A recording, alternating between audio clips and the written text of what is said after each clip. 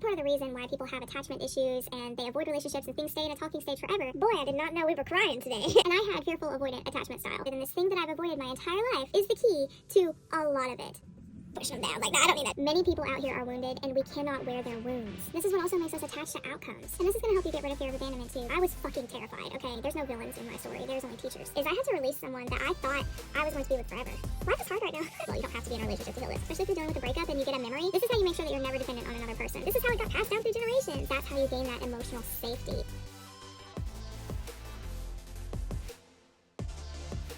Welcome back, guys. My name is Crystal and this is Saturn Returns, and here we talk about healing in ways that are easy to understand and digest and apply.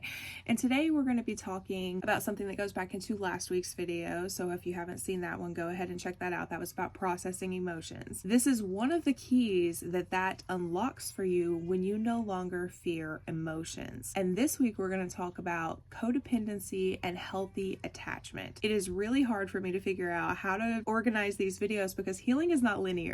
And they're all kind of interwoven, and this is one of those ways that they're interwoven because you might not understand why emotions are so key to this process. When you no longer fear emotions, you can get rid of things like codependency and attachment styles, anxious, avoidant. You can also get rid of hypervigilance, but that's another video, and this is why it's really hard for me to take what I know and then put it in a way that feels linear, because healing is not linear. Today we're talking about how processing emotions helps you with your attachment styles and codependency. I have Chiron in the 7th house of Cancer with my Venus conjunct it. So it's been hard. Relationships have been really hard for me. And I had fearful avoidant attachment style. And that's common for people who have BPD. I had to work through this stuff. And I'm understanding as I move further along in the journey how it's all connected. And this thing that I've avoided my entire life, emotions, is the key to a lot of it. Still have to do the mental reprogramming that we talked about in the How to Be the Observer video, but the emotions are that key. And when we feel safe with our emotions, we can feel safe in life, and this helps get rid of hypervigilance. We can feel safe in relationships, and this helps get rid of unhealthy attachment styles. We can just feel safe. And if you have been very traumatized, this is probably what you're searching for. And the key to it is in those emotions that feel so scary. A big part of the reason why people have attachment issues and they avoid relationships and things stay in a talking stage forever is because people fear pain. And they fear the pain because they don't know how to deal with it and they don't know how to process it and they want to avoid it. When emotions are signals, we learned about this in the last video, they tell you where something is not meeting your needs, where something is not in alignment with you, where you're not honoring yourself. All of these things, you have to understand what they're trying to tell you. And once you do, you stop clinging, you stop avoiding, because you don't fear the pain that comes with a relationship anymore, because you understand that you can process those emotions and you can move differently. You can leave a situation if it doesn't align with you. You can open up and it's safe because you don't fear getting hurt. When we fear getting hurt, we close ourselves down, and this is what makes it hard for us to have a healthy attachment or be emotionally intimate or vulnerable, because we're afraid of being hurt. This is what also makes us attached to outcomes. Our life experiences are sometimes not meant to be forever. We have to understand that they're meant to teach and show us what we do want in life. And sometimes that looks like being served what we don't want so that we can understand what we don't want so we can find what we do want. If the person that you're around or with, or the people you're around, this isn't just relationships, it can be friendships, are not meeting a need, and you understand that, which is a painful realization because it means you now have to step away from that and maybe even leave that, you are learning about yourself. And this is going to help you get rid of fear of abandonment too, because fear of abandonment comes from not wanting to feel the pain of a wound that we had that caused the fear of abandonment. For me, this looked like clinging to relationships because whenever I would leave a partner or they left me, it would activate the wound of my mom walking away from me. I had to slowly realize that the soul crushing pain I was feeling was not from losing that person. It was my 8-year-old self feeling abandoned by my mom all over again. And when I realized that, I was able to walk away from things that did not serve me and understand that the pain that I was feeling didn't mean that I need to rush back to them or cling to them. It just meant that I was feeling a wound that happened a long time ago, and I was able to process that and release it. This is how it shows up, and this is how we gain the confidence little by little. I didn't start there, okay? I worked my way up to that, dealing with smaller emotions first, making myself a safe space for my emotions, really listening to myself so that I felt confident and comfortable taking that step. But I will say that that was not a comfortable step. It really was not a comfortable step. I was fucking terrified, okay? I was afraid because sometimes my fear of abandonment would have me in like psychosis where I would lose touch with reality, and I've always had this fear of psychosis and maybe like not knowing what I'm doing. As I started listening to and processing my emotions, I got to that point where I no longer feared that, and I was able to take those steps. It was hard because I had to remove someone from my life that I really cared deeply for.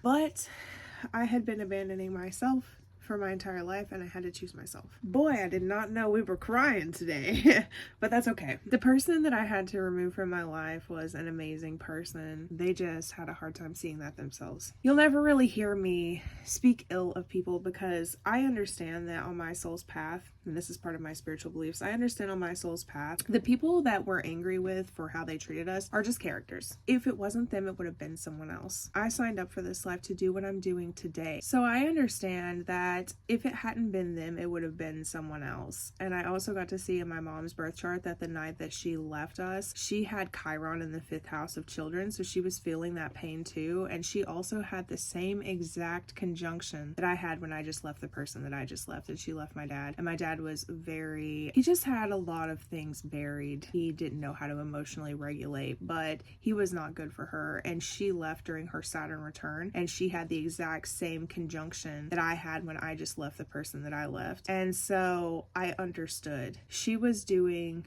double there. She was doing what her soul needed her to do and leaving my father and choosing herself. And she was also doing what I needed her to do by leaving me. And I know many people aren't going to agree with that.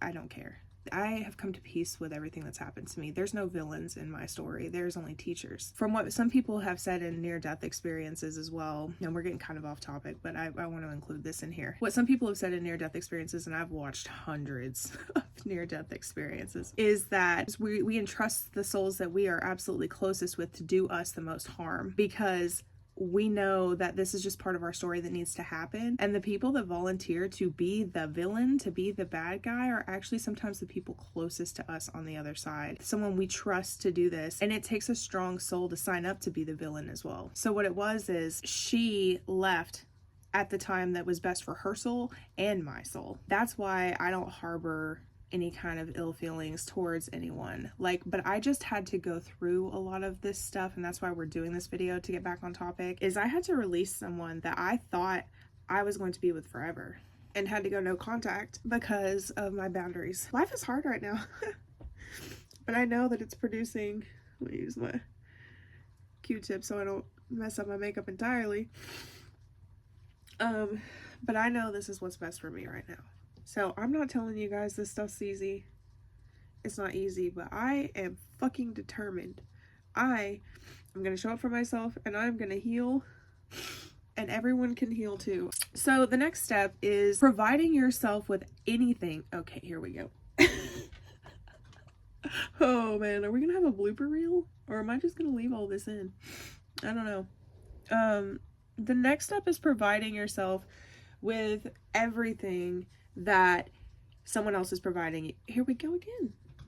I guess we're gonna have a blooper reel, y'all, and let me just be point blank, I would have never cried in front of the camera, so this is big for me too. But I don't fear my emotions. I also don't feel weak because of my emotions. Anyways, so you have to provide yourself with everything that the person, even if you're in a relationship and it's a healthy relationship, but you're still dealing with codependency on your side, you can work on this in the relationship. You just have to go, okay, what am I craving right now from this person? If you guys need to have your time alone, you have to ask, what is this person providing me? Or if you're not in a relationship and you want to start to heal codependency, you can do that as well. You don't have to be in a relationship to heal this. Anytime you find yourself missing an ex, or you are in a relationship relationship and you're trying to heal codependency and they're away, you ask yourself, what am I missing in this moment? A key thing here too, especially if you're dealing with a breakup and you get a memory, what were they providing you in that moment? Was it comfort? Was it attention? Was it validation? Was it approval? We have to learn how to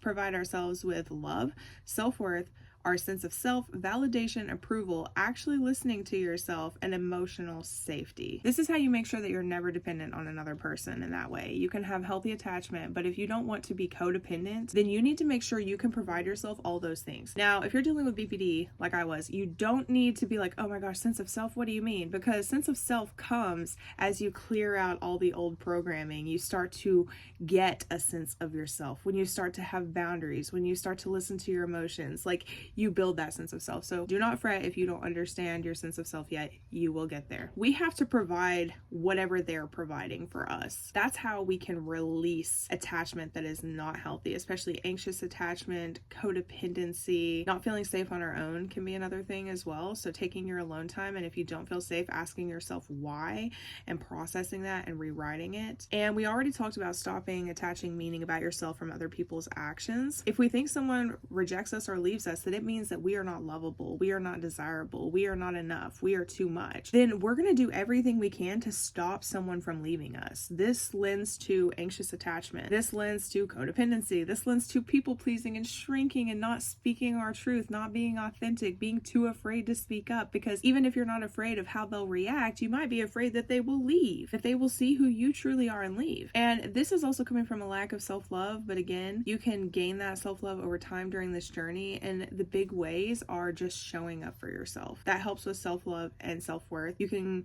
the video hasn't come out yet because this one's actually coming out before it. The next couple of videos after this are about consistency and discipline. And one of them is consistency and discipline, and the next one is knowing what you want. And I already have those two filmed and scheduled. That will help you with that aspect. But if you really want healthy relationships as far as attachment goes, okay, there's far more that goes into healthy relationships than this. There's, listening, there's showing up for yourself, showing up for each other. There's a lot more to healthy relationships. But when it comes to attachment, the biggest thing is your emotions and feeling safe to process those emotions. And then after that is making sure you can give yourself everything that you've gotten from a partner. So if you're single, you can look back over all your relationships and see like moments, memories. When did I feel the most safe here? When did I feel the most loved here? What was happening and how can I do that for myself? What's one way I can show up for myself right now like that? Processing emotions is another big way you can show up for yourself, because that's how you gain that emotional safety, is knowing that you can handle whatever emotions come your way. When you do process these emotions, sometimes they're going to tell you things again that you might not want to hear, and you're going to have to just take steps to follow through on it. If they're telling you that you're not happy in a relationship, you don't necessarily have to immediately leave. You can start taking the steps to see if the relationship can make it. So you can start putting up boundaries. You can stop shrinking yourself. You can stop people pleasing and see. It doesn't mean that just because your brain tells you if you do these things they're going to leave, that they will leave. They may not leave. So you don't have to just up and leave. You can see, if I start showing up in this way that I'm fearing showing up, will they stay or not? Or will they not like it? Or am I going to have to remove them from my life? It doesn't have to be a avoidant, run and leave, okay? So, because I've definitely had avoidance myself. This video was mostly just so you could see how big of an impact processing your emotions has on your healing and your relationships and your life in general. It also affects hypervigilance. I guess I could go ahead and talk about that in this video as just like a little bonus thing, because I don't know if it's enough to do a whole video on. But processing emotions means that you no longer fear pain, which means you don't have to fear struggle. And there's more to that as well. When you really go through enough struggles like I have and healed, you really look back and you go, oh wow, these were teachers, these were learning moments, these were lessons, these were not happening to me, they were happening for me. And I'm sure you've heard people say that. But we gain clarity, we're able to change and transform through them. So when we stop fearing struggles, then we stop being hypervigilant. If we stop fearing emotions, we stop feeling hypervigilant. And I remember I wrote it down in my phone, but let me find the note that I wrote for myself when I first started working through this. Okay, so I'm just going to read it to you.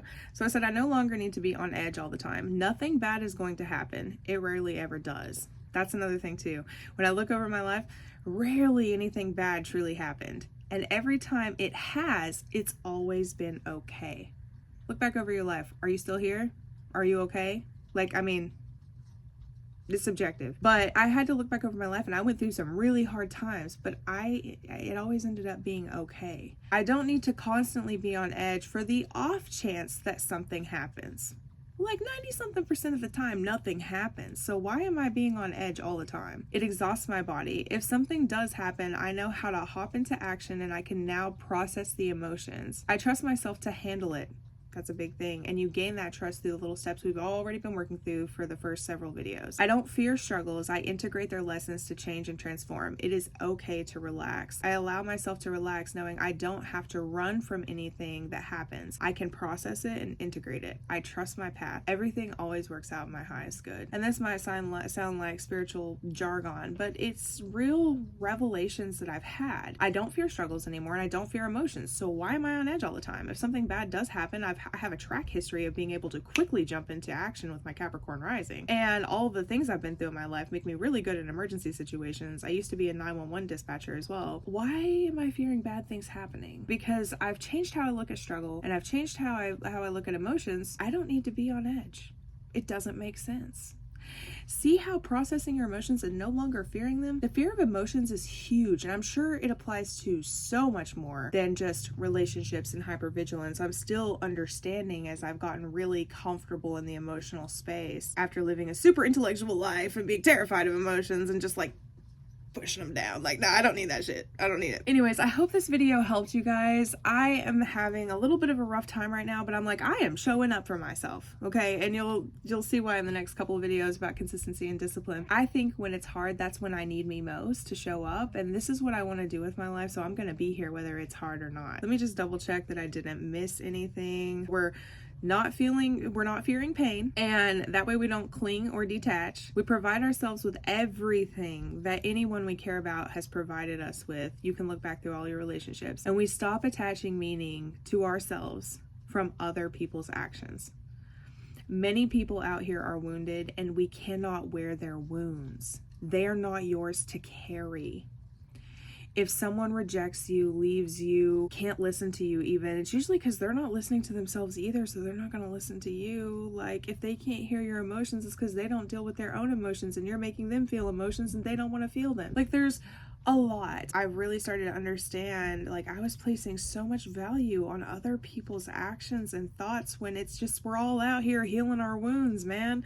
We're all out here. Even if someone's not super traumatized, they still got their own stuff they're carrying and healing. And if you wear their wounds, this is how we pass them down. This is how it got passed down through generations. Do not wear the wounds of other people. Do not shrink to make other people's wounds comfortable.